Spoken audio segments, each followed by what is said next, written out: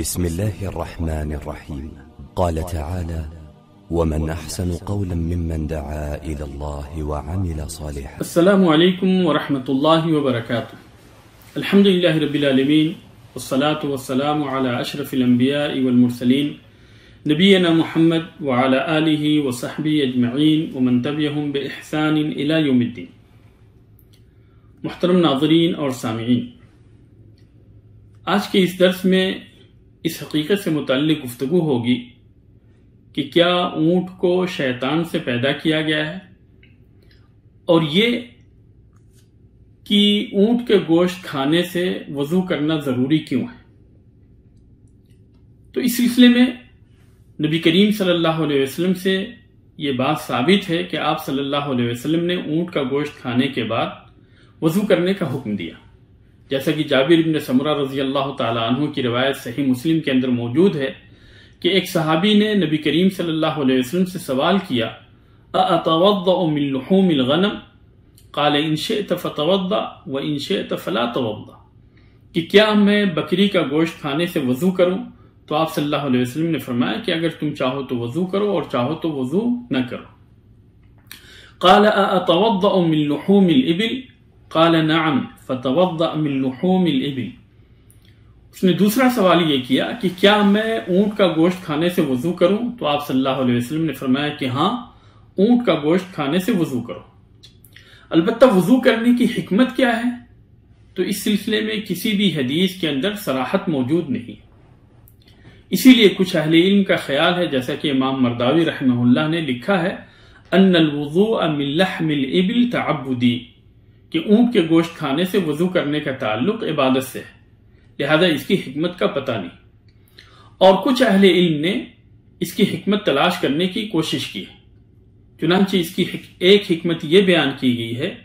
کہ اونٹ کے اندر شیطانی طبیعت پائی جاتی ہے، چنانچہ اس کا گوشت کھانے سے انسان کے اندر شیطانی قوت پیدا ہو جاتی ہے، جس کے خاتمے کے لیے وضو کرنے کا حکم دیا گیا، وضو کو مشروع کیا گیا۔ اور اس سلسلے میں براء ابن عازب رضی اللہ تعالی عنہ کی روایت ہے کہ رسول اللہ صلی اللہ علیہ وسلم نے فرمایا: لا تصلوا فی مبارک الابل فانها من الشیاطین، رواہ ابو داؤد وصححہ الالبانی، کہ تم اونٹ کے باڑوں کے اندر نماز نہ پڑھو، یعنی ان کے رہنے کی جگہ پہ نماز نہ پڑھو، اس لیے کہ یہ شیاطین میں سے۔ اس حدیث کو امام ابو داؤد نے روایت کیا ہے اور علامہ البانی نے اسے صحیح کہا ہے۔ اور ابن ماجہ کے اندر عبداللہ ابن مغفل المزنی رضی اللہ تعالی عنہ سے روایت ہے کہ رسول اللہ صلی اللہ علیہ وسلم نے فرمایا کہ لا تصلوا فی اعطان الابل فانها خلقت من الشیاطین، کہ تم اونٹ کے باڑوں کے اندر نماز نہ پڑھو کیونکہ یہ شیطان سے پیدا کیے گئے۔ یہاں پہ جو شیطان سے پیدا کیے گئے ہیں کا تذکرہ ہے، اس کا مطلب یہ نہیں ہے کہ ان کی تخلیق جو ہے شیطان سے ہوئی ہے، بلکہ اس کا مطلب یہ ہے کہ ان کی خلقت کے اندر، ان کی فطرت کے اندر شیطنت ہے، اس کے اندر سرکشی ہے، جیسا کہ اللہ تبارک و تعالیٰ نے انسان کے بارے میں کہا کہ خلق الانسان من عجل، کہ انسان کو جلد باز پیدا کیا گیا ہے، یعنی ان کی فطرت کے اندر جلد بازی۔ اور اس سلسلے میں شیخ الاسلام ابن تیمیہ رحمہ اللہ کے قول کا خلاصہ یہ ہے کہ یہ شیطان کے جنس اور قسم میں سے ہے، کیونکہ ہر سرکش اور نافرمان شیطان ہوتا ہے، چاہے جانور کے جس قسم سے بھی اس کا تعلق۔ اسی لیے کہا گیا کہ کالا کتا شیطان ہے، اور چوپایوں میں سے اونٹ شیطان ہے، اور لوگوں میں بھی شیاطین ہے۔ تو ہو سکتا ہے انسان جب اونٹ کا گوشت کھائے تو اس کی طبیعت میں ضد، اڑیل پن، نافرمانی، سرکشی آ جائے، یا اس کی حالت جو ہے شیطان جیسی ہو جائے، اور شیطان چونکہ آگ سے پیدا کیا گیا ہے اور آگ جو ہے پانی سے بجھتی ہے، لہذا اس شیطانی جوش اور جذبے اور طاقت کے خاتمے کے لیے اونٹ کا گوشت کھانے کے بعد وضو کرنے کا حکم دیا گیا ہے۔ اور اسی طرح کی بات ابن القیم رحمہ اللہ نے بھی اعلام الموقعین کے اندر کہی ہے کہ اونٹ کے گوشت کی پٹھوں کے اوپر بہت ہی زیادہ تاثیر ہوتی ہے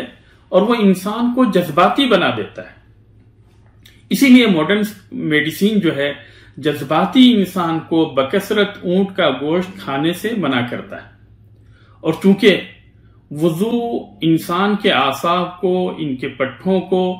پرسکون بناتا ہے اور ٹھنڈا کر دیتا ہے، اسی لیے نبی کریم صلی اللہ علیہ وسلم نے غصے کے وقت وضو کرنے کا حکم دیا ہے تاکہ انسان جو ہے پرسکون ہو جائے، ٹھنڈا ہو جائے۔ اخیر میں اپنی بات جو ہے ابن عثیمین رحمہ اللہ کی اس قول کے ساتھ ختم کرنا چاہتا ہوں کہ جو باتیں بتائی گئیں،